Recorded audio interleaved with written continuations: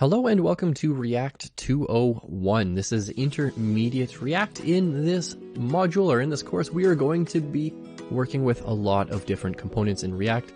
For example, making a single page application so you can switch between pages instantly. We're also going to be working with search, so I can type in Star Wars and get all these different search results. I can even click on the details of one of these and go to some form of a detail view using React routing. We're going to be using functional components in React 201, and we're going to be working with things like state and setting state.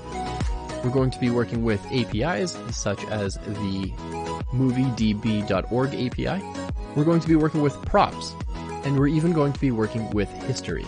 Along those lines, we're also going to be using useEffect, which is a React hook. So we're going to be using that in conjunction with state.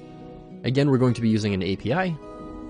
We're going to be using routers. We're going to be using components. We're going to be passing props to these components, and we're going to make this entire application talk to different components. So one component can talk to another component. Now, why would you want to learn intermediate level React? React is one of the highest in-demand skills for front-end web development. Knowing React can almost guarantee you a job as a front-end web developer. So getting good at React is really, really important.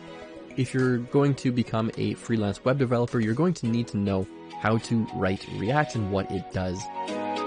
This course is just a little bit different from React 101. React 101 was very, very basic. We didn't use different pages or anything. It was all just on a single page. This one is more of a progressive web app where you can literally type anything into this search bar and get API.